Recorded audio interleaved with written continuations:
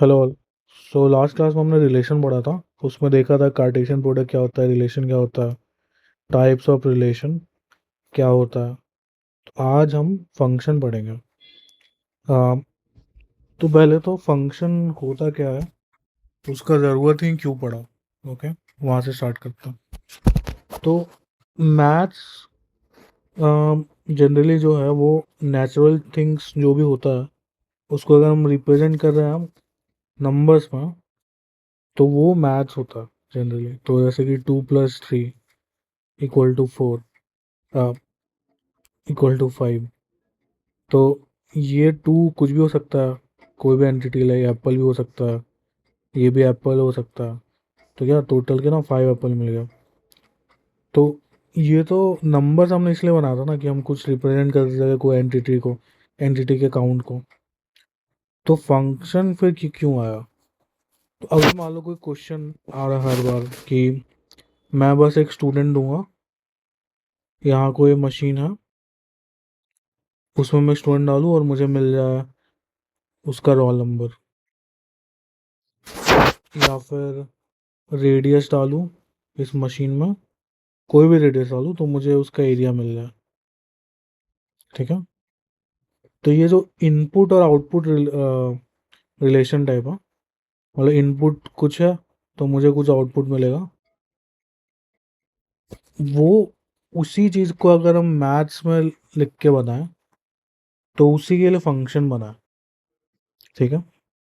कि वो समझ लो कि कोई मशीन है, आ, उसमें यहाँ से कुछ इनपुट आ रहा है, वो मशीन में प्रोसेस होके फिर यहाँ पे कुछ आउटपुट मिल रहा है, तो इसी के लिए फंक्शन बना है। क्या। तो अगर तुम कोई चीज़ डालोगे मशीन में और वो मशीन हर बार कुछ अलग अलग दे रहा है, सेम चीज़ है, मतलब कुछ ए डाला मैंने और कभी मुझे बी मिलेगा, कभी मुझे सी मिल गया, ऐसा तो कोई मशीन में होता नहीं है ना। मशीन तो परफेक्टली, जो आइडियल मशीन होता है, परफेक्टली कोई एक चीज़ डालोगे तो मुझे एक ही चीज़ मिलना चाहिए, है ना। तो फंक्शन भी ऐसे ही है। अगर तुम कुछ एक इनपुट डालोगे तो तुम्हें एक ही आउटपुट मिलेगा, लेकिन ऐसा नहीं है कि मतलब किसी और चीज़ को डालोगे तो मुझे बी नहीं मिल सकता। मतलब अगर मैं ए और बी डालूँ कोई फंक्शन में तो मुझे मान लो सी मिल गया, लेकिन ऐसा भी तो हो सकता है कि मैं सी, लाइक ई एन एफ डालूँ तो भी मुझे सी मिल रहा। लेकिन अगर मैं ए और बी डालूँ और मुझे अगर डी मिल जाए तो ये गलत है। लेकिन अगर कोई अलग अलग चीज़ डाल के सेम चीज़ मिल रहा है वो चलेगा, मशीन में भी वो चलता है। पर सेम चीज़ डाल के अगर मुझे डी मिल गया तो वो गलत है ना, क्योंकि हर बार मुझे अलग अलग चीज़ें मिल रहा है। अगर तो फिर ये आइडिया था बिहाइंड फंक्शन। पर कोई भी चीज़ मैथ्स में उसको एक डेफिनेशन दिया जाता है ताकि वो हमेशा यूज़ कर सके कहीं भी हो। तो हमने रिलेशन पढ़ा था ना, रिलेशन क्या होता है, सबसेट ऑफ क्या, ए क्रॉस बी, मतलब वही कार्टेशियन प्रोडक्ट का सबसेट होता है। लेकिन जो फंक्शन होता है वो ऐसा रिलेशन है जिसका अ, पहला तो ए और बी के बीच में अगर कोई रिलेशन है तो पहला तो all input has an output. ठीक है। और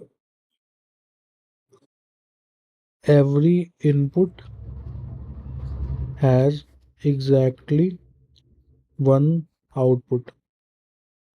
ठीक है। इसका मतलब कि अगर कोई रिलेशन तो सेट सेट में होता है ना, ए और बी सेट है, इसके बीच में कोई हमारा फंक्शन है, तो अगर मुझे ए 3 पॉइंट है और यहाँ पे भी 2 ही पॉइंट है, तो पहला तो ये होना चाहिए कि सारे इनपुट का कोई आउटपुट होना चाहिए। ठीक है। और ये हो गया। दूसरा है कि एग्जैक्टली वन आउटपुट होना चाहिए। तो इसका भी एक ही आउटपुट है, इसका भी एक ही आउटपुट है। अगर मान लो कि कैसे,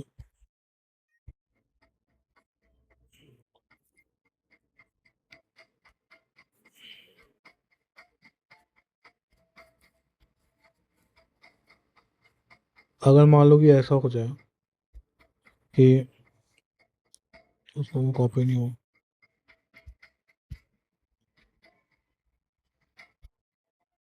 कि ये ऐसा तो है, पर ये इसके साथ भी मैप था, तो फिर ये तो गलत हो गया ना, क्योंकि सबका एक आउटपुट तो है, लेकिन इसका दो आउटपुट है। सबका आउटपुट है लेकिन एक का दो आउटपुट है, तो ये तो पॉसिबल ही नहीं है। तो इसीलिए ऐसा नहीं हो सकता। तो ये भी फंक्शन है लेकिन ये फंक्शन नहीं है, और ये भी फंक्शन नहीं है। अगर तीन है यहाँ पे, एक ही फंक्शन ऐसा, ये इसको मैप्ड है, ये इसको मैप्ड है, ये किसी को मैप नहीं है, तो ये भी फंक्शन नहीं है। ओके। तो फंक्शन यही है, मतलब कोई ऐसा मशीन जिसमें कोई भी इनपुट डाले तो आउटपुट मिला, और एग्जैक्टली एक ही आउटपुट मिला, उसको ही फंक्शन बोलते हैं। उसको हम अब देखते हैं डिनोट कैसे करते हैं हम।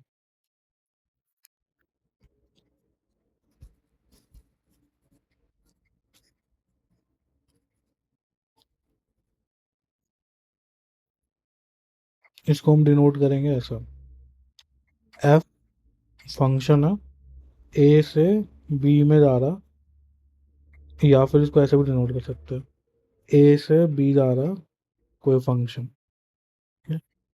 ये दोनों डिनोशन है फंक्शन का। ओके। तो अब इसमें देखते हैं कि उसका मतलब क्या। ए तो एक सेट है, बी भी एक सेट है, ठीक है, और एक फंक्शन है जो ए से बी में जा रहा है। तो अगर कोई एलिमेंट है जो बिलोंग करता है ए में, और वो एसोसिएटेड है बी से जो बिलोंग करता है बी में, ओके, मतलब ए डालूंगा तो मुझे बी मिलेगा, ठीक है। तो इसका मतलब क्या है कि बी जो होगा, वो अगर मैं फंक्शन में ए डालूं तो मुझे बी मिलेगा, इसका मतलब यही है ना। तो फंक्शन को ऐसे भी नोट करता है कि या तो ऐसे लिख दो, या फिर ऐसा लिख सकते हैं कि फंक्शन ए से बी मिल रहा है मुझे, या फिर ए कॉमा बी। क्या,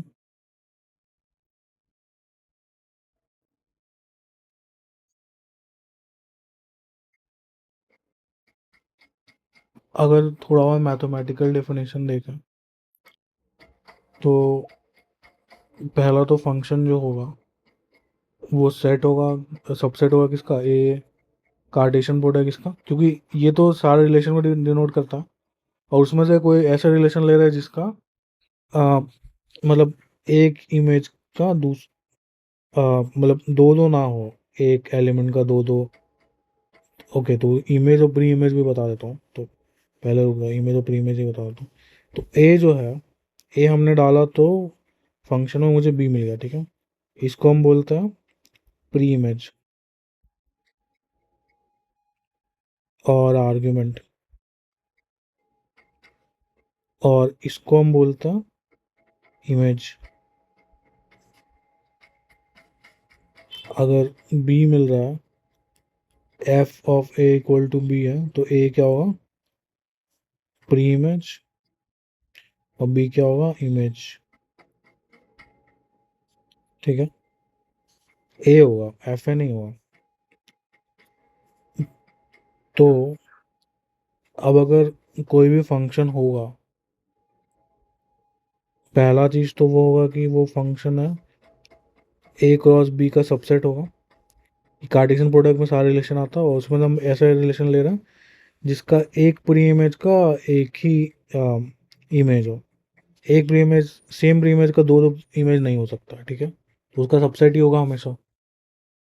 और दूसरा है कि, पहला चीज तो ये है, दूसरा चीज है कि for all A belongs to A, मतलब वो सेट। तो ये मतलब ऑर्डर्ड पेयर है, A comma F of A, ये ऑर्डर्ड पेयर जो होगा उसी को ना फंक्शन बोलेंगे हम।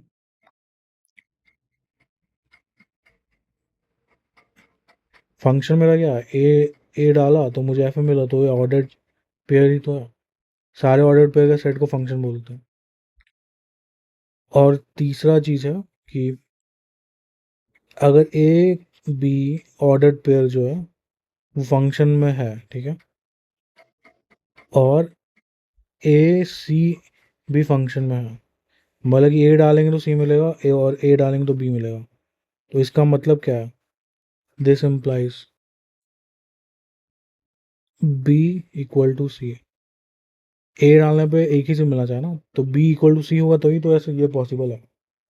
तो ये ही डिफिनेशन है फंक्शन का।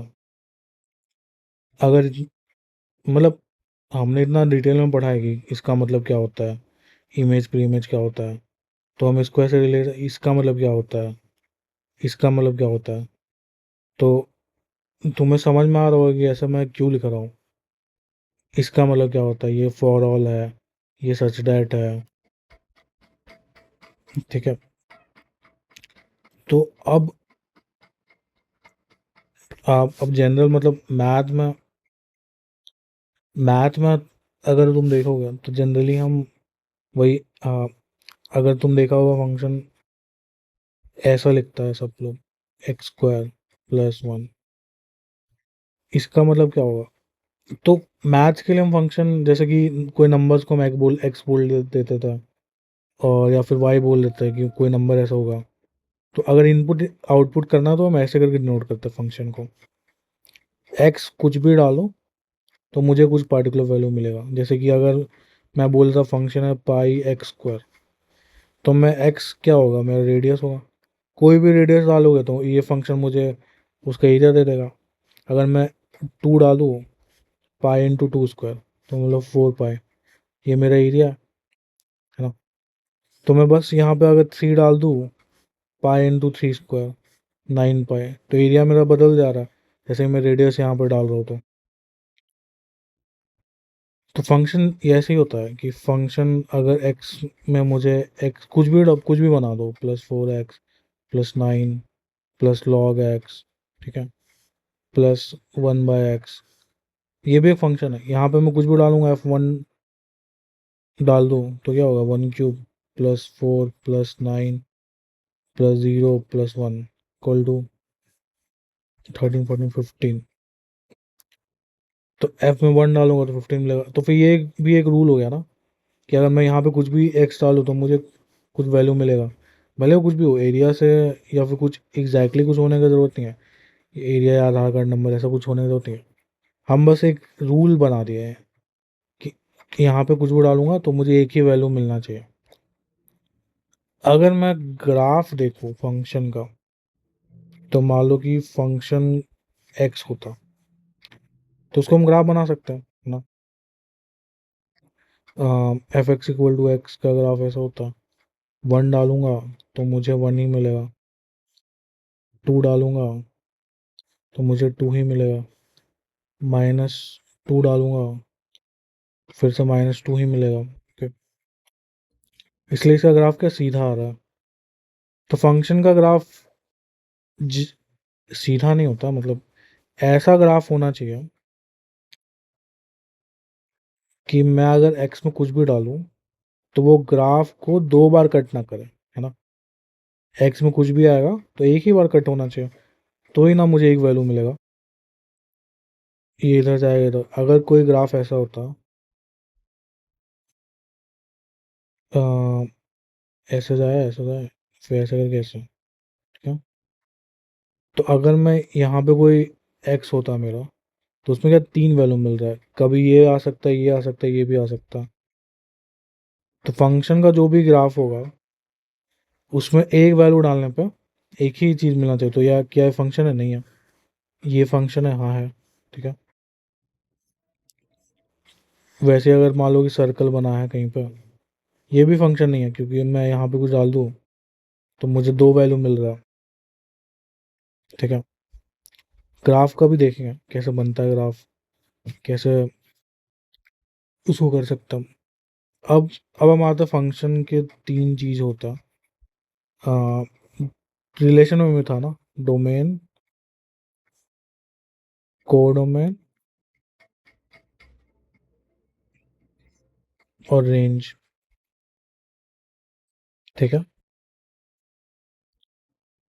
तो अगर कोई फंक्शन है जो ए से लेके बी में जा रहा है, क्या, पहला चीज तो सारे प्री इमेज का कोई इमेज होना चाहिए, लेकिन बी में कुछ भी हो सकता है। 4 5 6 7, ये इससे इसके मैच कर रहा है, इससे मैच कर रहा है, ये इससे मैच कर रहा है, फिर ये इसी से मैच कर रहा है। लेकिन ये तो फंक्शन है, क्योंकि सारे प्री इमेज का कोई इमेज है, ठीक है। लेकिन सारे यहाँ पे सबका प्री इमेज होना जरूरी तो नहीं है ना फंक्शन होने के लिए, और सबका यूनिक ही है ना। मतलब एक प्री इमेज से मुझे एक ही इमेज मिल रहा है, तो जो भी मेरा, इसको बोल देता हूँ A1, A2, A3, A4, और ये मेरा B1, B2, ये है B3, B4, इसको B5 बोलते हैं, B6 और B7।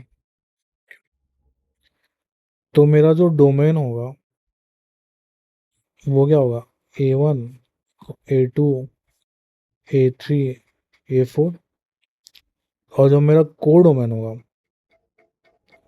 जो भी बी में आता है वो सब कोडोमेन में, ठीक है।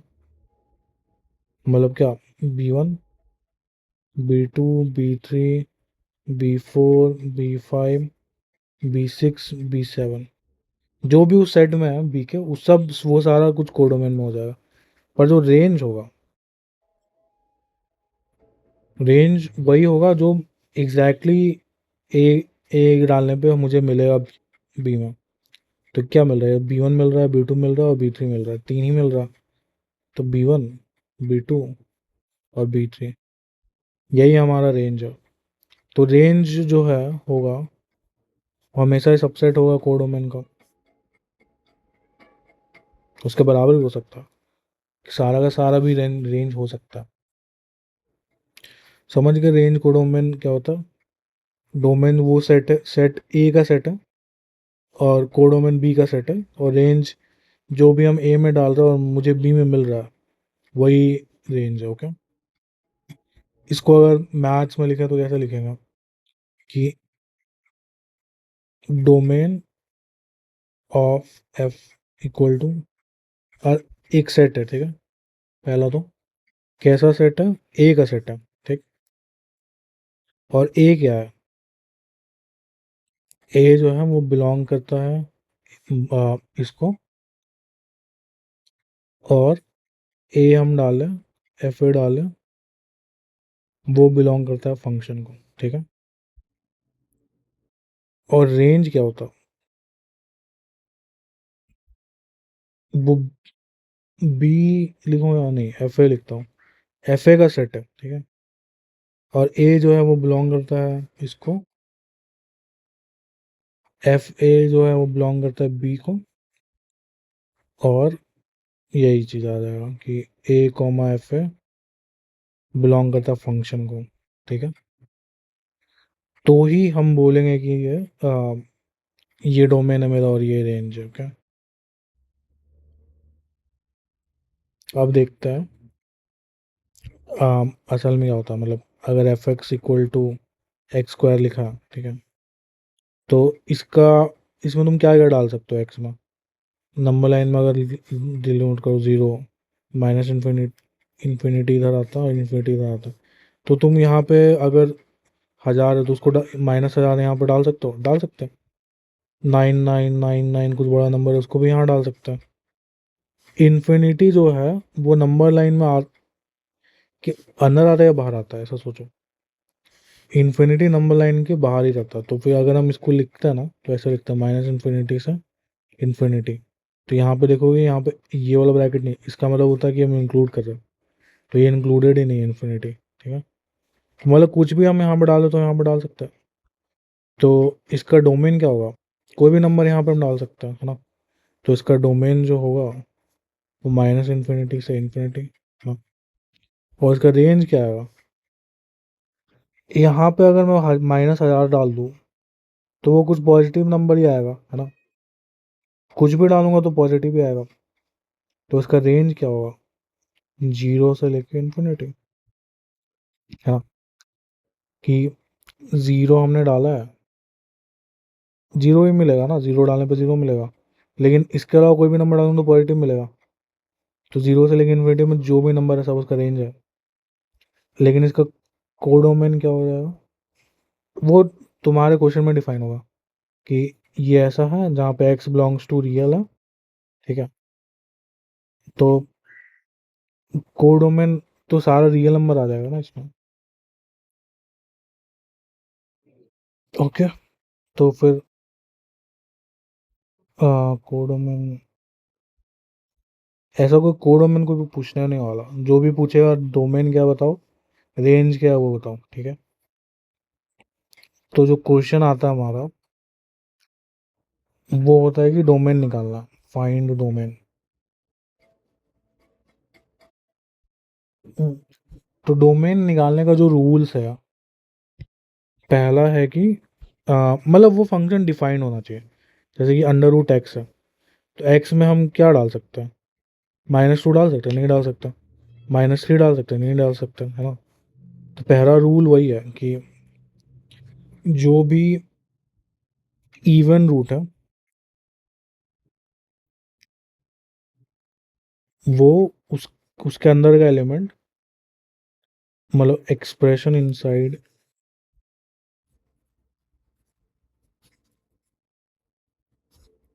इवन रूट्स शुड शुड नहीं must be greater and equal to 0।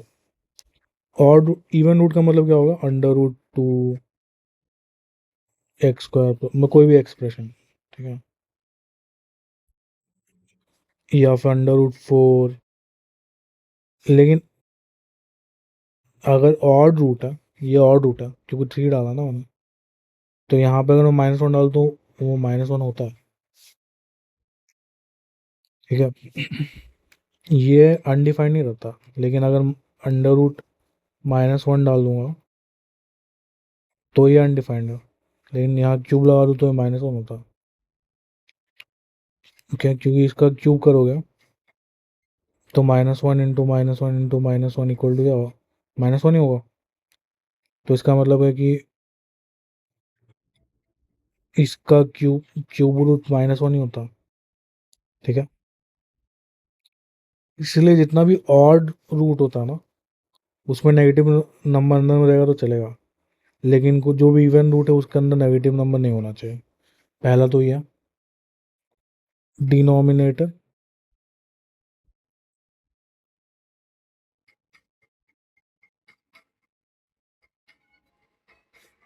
Not equal to 0,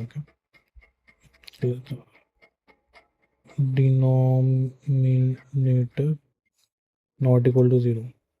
अगर मैं 1/x कोई फंक्शन बना दूँ तो यहाँ पे x हो सकता है क्या, 0। 0 डालूंगा तो बताया था कि इन्फिनिटी चल जाता है, चला जाता है ये, है ना। तो 0 यहाँ पर नहीं हो सकता, तो उसका डोमेन क्या हो जाएगा, -इन्फिनिटी से लेके 0 यूनियन 0 से लेके इन्फिनिटी, है ना। तो 0 तो होगा नहीं। इसका डोमेन -इन्फिनिटी से इन्फिनिटी नहीं है ना, बीच में ऐसा गैप है। उसको हम ऐसा भी ले सकते हैं, सारा रियल नंबर -0। एक सेट, ये सेट डाला हमने, ठीक है। और हाँ, अगर कुछ फंक्शन का कुछ कुछ तरीका है, जैसे कि अगर मैंने लिखा f+g(x), इसका मतलब होता है f(x+g(x), ठीक है। वही f-g(x), f(x-g(x), फिर होगा f(g एक्स, इसका मतलब होता है एफ एक्स इंटू जी एक्स, और एफ बाय जी एक्स भी होता, तो एफ एक्स बाय जी एक्स क्यों। तो अगर मैं कोई दो एक एक का तो डोमेन निकाल सकते हैं ऐसे करके कि रूट का फंक्शन ग्रेटर देन जीरो होना चाहिए, denominator not equal to zero होना चाहिए। लेकिन अगर दो दो फंक्शन अगर प्लस में है माइनस में है तो इनका भी डोमेन हम निकाल सकते हैं। इनका डोमेन जो होगा, अगर इसका डोमेन D1 है, इसका डोमेन D2 है, तो इन दोनों को ऐड कर देंगे तो D1 इंटरसेक्शन D2 दोनों में डिफाइन होना चाहिए, ठीक है। इसका भी वही होगा D1 इंटरसेक्शन D2, इसका भी वही होगा D1 इंटरसेक्शन D2। लेकिन जो इसका होगा, इसका भी वही होगा D1 इंटरसेक्शन D2।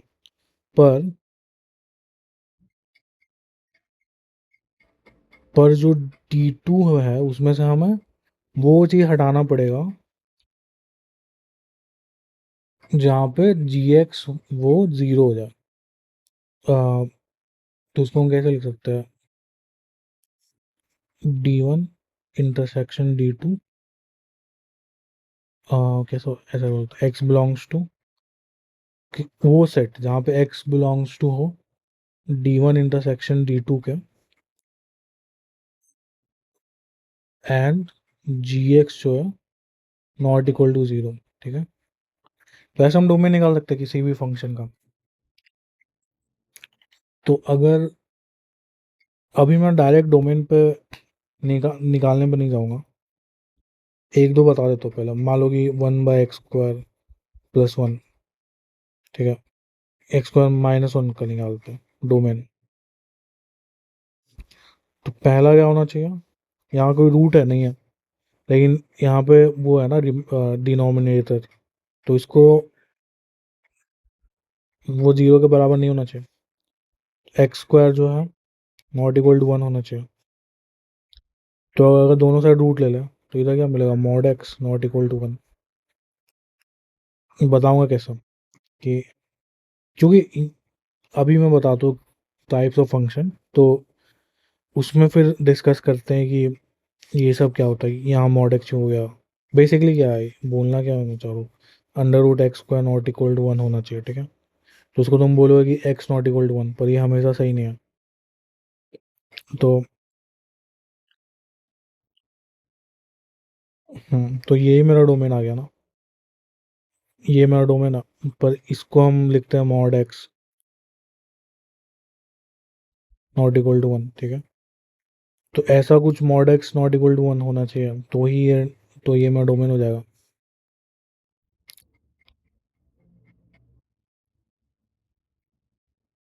तो इसका मतलब क्या होता है कि एक्स नॉट इक्वल टू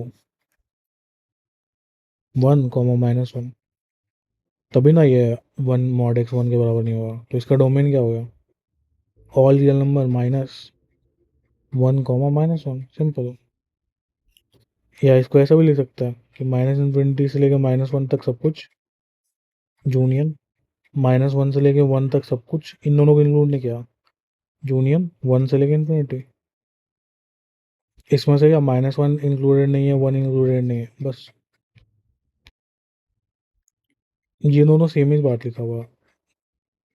और रियल नंबर में से हमने ये दो नंबर हटा दिया, क्यों। तो अब हम चलते हैं, डोमेन का क्वेश्चन बाद में करते हैं, पहले हम देखते हैं कि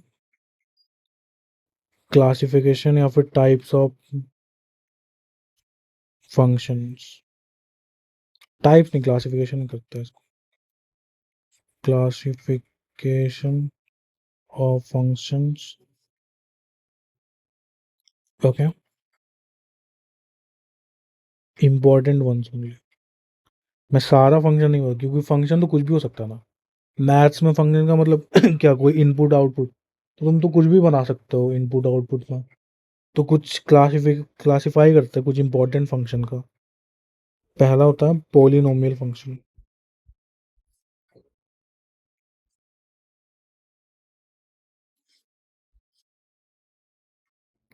कोई भी फंक्शन एफ एक्स अगर इस फॉर्म में है a0 x की power n plus a1 x की power n minus one plus a2 x की power n minus two plus dot dot dot dot plus an minus one x plus an। Okay, कोई भी function अगर इस form में है जहाँ पे a0 a1 a2 an are real number, ठीक है,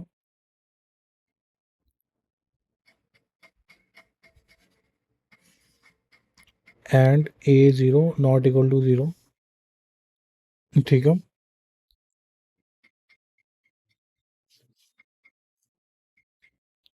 तो इसको हम, और यहाँ पे n माइनस वन तो समझ गए पावर है, तो इसको हम बोलेंगे polynomial of degree n। Greatest power क्या है? n। तो a1 a2 कुछ भी हो सकता है, n1 भी कुछ भी हो सकता है। तो अगर मान लो कि ऐसा लिखा है F X equal to X, X ही लिखा हुआ, तो ये क्या है? पॉलिनोमियल है। हाँ है, क्योंकि ये किस फॉर्म में? A one into X plus zero, तो इसी फॉर्म में है ना। यहाँ पे n क्या है?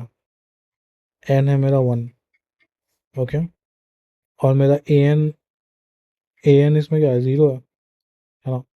और ये है तो इसी इसी का ना, जहाँ पे मेरा डिग्री क्या है? वन, क्योंकि ग्रेटेस्ट पावर वन है और उस इसी फॉर्म में आ रहा है। अगर मैं लिख देता एक F X equal to X cube plus two X plus X की पावर फोर, क्या ये पॉलिनोमियल है? हाँ है, क्योंकि ये भी इसी फॉर्म में है। वन इंटू एक्स की power four plus zero into x, नहीं एक्स क्यूब है, one into x cube plus zero into x square plus two into X plus zero. तो इसी फॉर्म में आ रहा ना, ए वन ए टू मेरा सब कुछ है ना।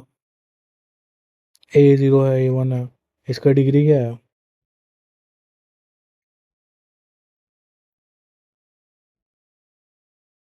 फोर है इसका।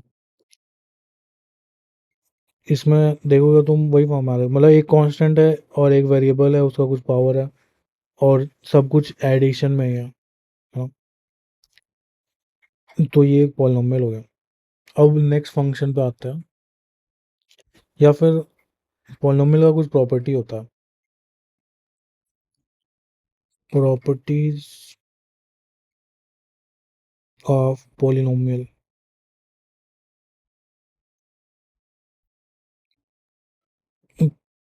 प्रॉपर्टी या फिर कुछ भी इंपॉर्टेंट चीज़ें समझ लो। ऑड लीनियर फंक्शन, इसका मतलब कि कोई भी पॉलिनोमियल, कोई भी फंक्शन जिसका, तो इस फॉर्म में A into X, A not equal to zero, इसको हम बोलते हैं ऑड लीनियर फंक्शन। ये भी पॉलिनोमियल है डिग्री वन में, जहाँ पे कोई कांस्टेंट नहीं है अपना, इसको कांस्टेंट बोलते हैं, जो लास्ट में होता है ना, क्योंकि इसके साथ कोई वेरिएबल मल्टीप्लाई नहीं है ना, तो ये कांस्टेंट है। यहाँ पे मैं कांस्टेंट क्या, जीरो है इसमें, यहाँ भी कांस्टेंट जीरो था, लेकिन कोई भी फंक्शन इस फॉर्म में, तो उसको बोलते हैं ऑड लीनियर फंक्शन। दूसरा, अगर कोई फंक्शन इस फॉर्म में है,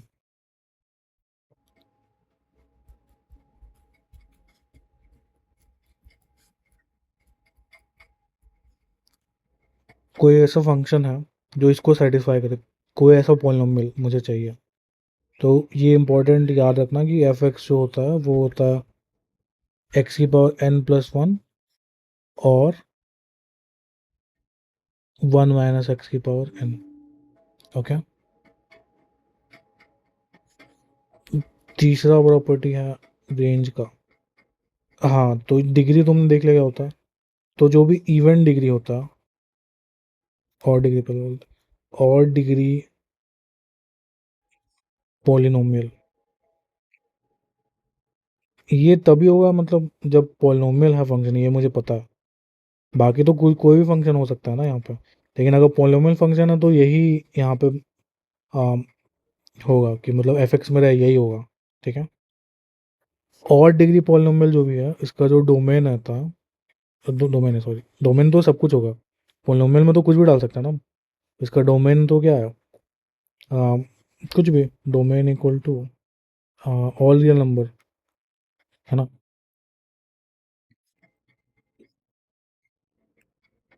कुछ भी रियल नंबर डाल सकते हैं ना इसमें, का हमेशा डिफाइन ही रहेगा ये। तो जो रेंज पे आता है, और डिग्री पॉलिनोमियल का रेंज होता है वो -∞ से इन्फिनिटी होता है, ठीक। लेकिन जो इवन डिग्री होता है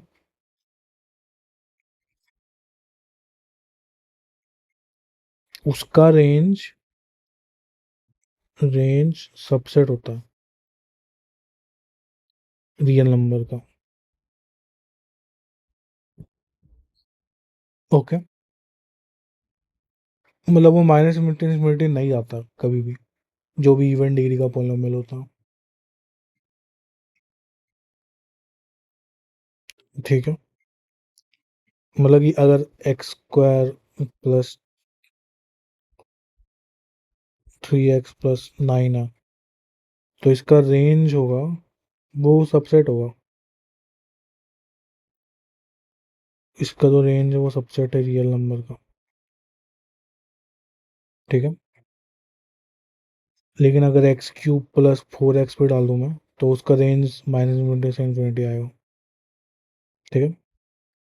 अब हम आते हैं एलजेब्राइक फंक्शन पर।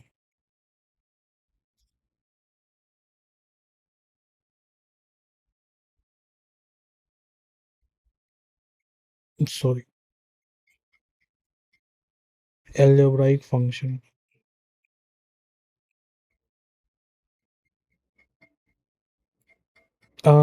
एलजेब्राइक फंक्शन जो भी होता है, start with polynomial function, do algebraic, इसमें कुछ भी कर दे। एलजेब्राइक मतलब क्या, plus minus multiply divide root. ठीक है। ये सब ले ले तो फिर जो भी मुझे मिलेगा वो सब एलजेब्राइक होगा।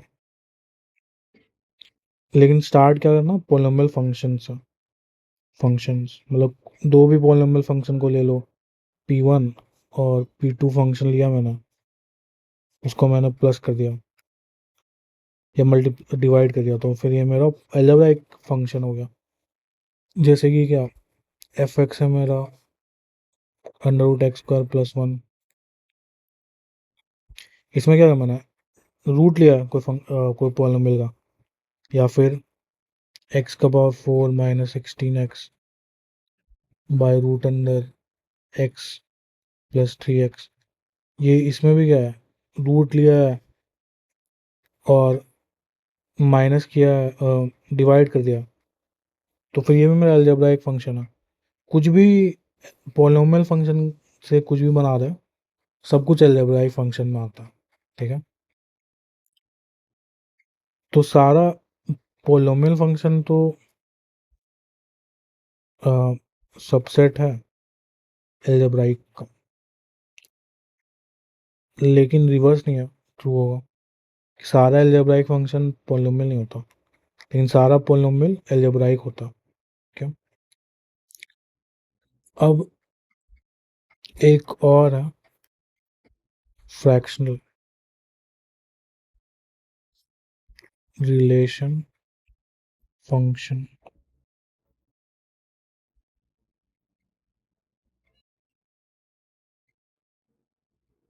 कोई फंक्शन जो इस फॉर्म में हो,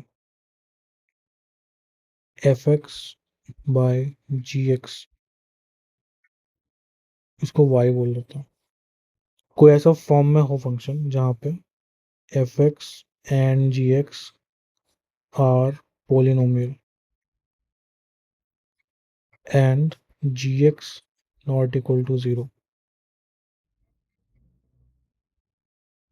तो वो फ्रैक्शनल रिलेशन फंक्शन हो गया, कुछ भी हो सकता है ना, x square plus 1/2x plus 3, ये भी पॉलिनॉमियल है, ये पॉलिनॉमियल है, लेकिन ये ज़ीरो नहीं हो सकता, ये इसका मतलब एक्स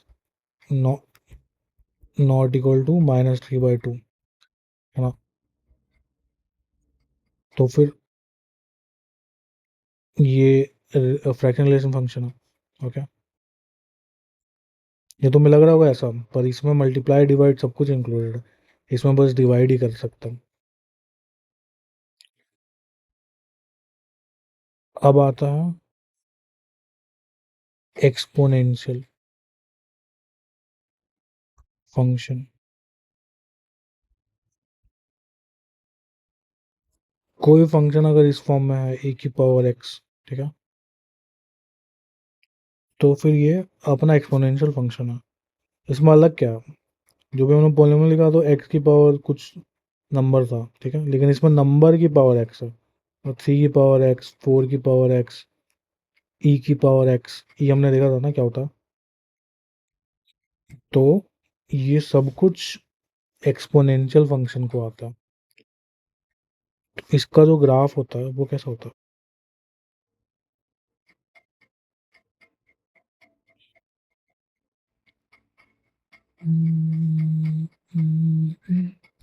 पहले ये ग्राफ बताता हूँ।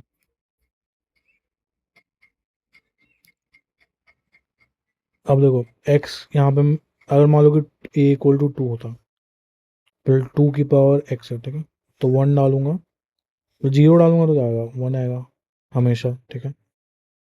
अब 1 डालूंगा तो 2 आएगा, लेकिन अगर मैं 2 डालूंगा तो 4 आएगा, मतलब बढ़ते रहा ना, एक्सपोनेंशियली बढ़ रहा है, ऐसा नहीं है कि लीनियरली बढ़ रहा है। इसका ग्राफ मैं ठीक से बना दूँ, यहाँ पर नहीं, यहाँ बनाता हूँ।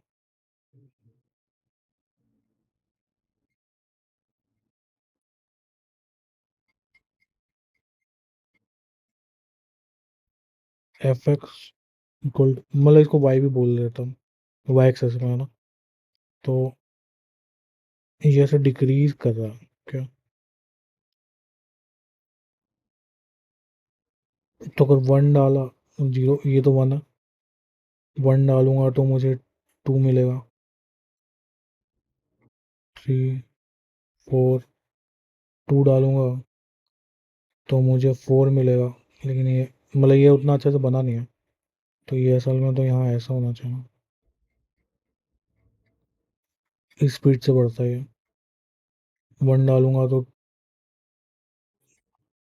पहले बना देता हूँ, 2 डालूंगा तो 4 मिलेगा, 3 डालूंगा तो 8 मिलेगा, ऐसे करके कुछ ग्राफ बनेगा, है ना। लेकिन ये देखना कि ये मैंने थोड़ा गलत बनाया, ऐसा बन रहा है, लेकिन ये देखना कि ये ऐसा ऐसे जाके ऐसे ऊपर ऐसे उठ नहीं रहा, ये हमेशा नीचे ही जा रहा है, ऐसा क्या, हमेशा नीचे ही जा रहा है, ये थोड़ा गलत बनाया। क्योंकि जब माइनस इन्फिनिटी होगा, 2 की पावर - जीरो, जीरो को तो टेंड करेगा, और इन्फिनिटी होगा तो इन्फिनिटी की तरफ जाएगा, जैसे 3 डालूंगा ये बढ़ता ही जाएगा और कम होता ही जाएगा। तो जो मेरा फाइनल ग्राफ है,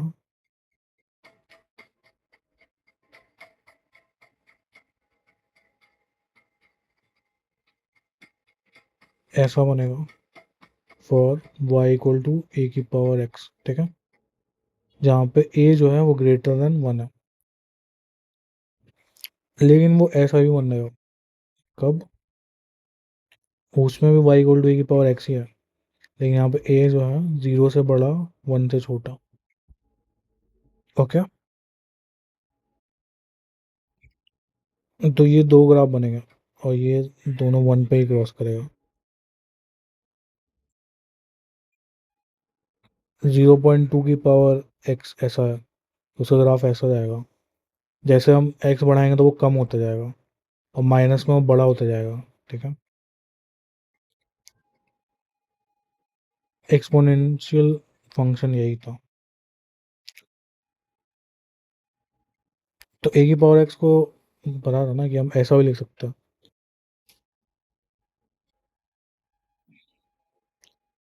ई to the power X ln a ln, अच्छा लॉग में बताया नहीं था ना, तो लॉग बेस ई को हम लिखते हैं ln, ठीक है। तो बेसिकली क्या लिखा हुआ है कि इसको हम यहाँ से स्वैप करेंगे, लॉग में बता दे कर सकते हो स्वैप, तो ए बाहर आ जाएगा, इधर जाएगा, ये 1 बन जाएगा। बस लिखने का तरीका है तो लिखा हुआ तो यही है कि पावर एक्स लिखा हुआ है। अब हम देखते हैं लॉगरिथमिक फंक्शन।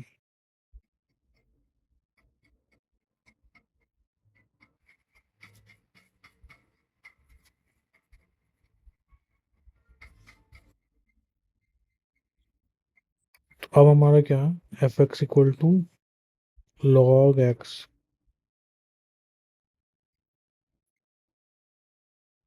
Base A. इसका ग्राफ कैसे बनता है?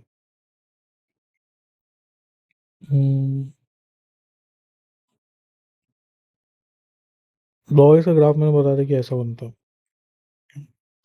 लॉग 1 पे क्या होता है, 0 आता है।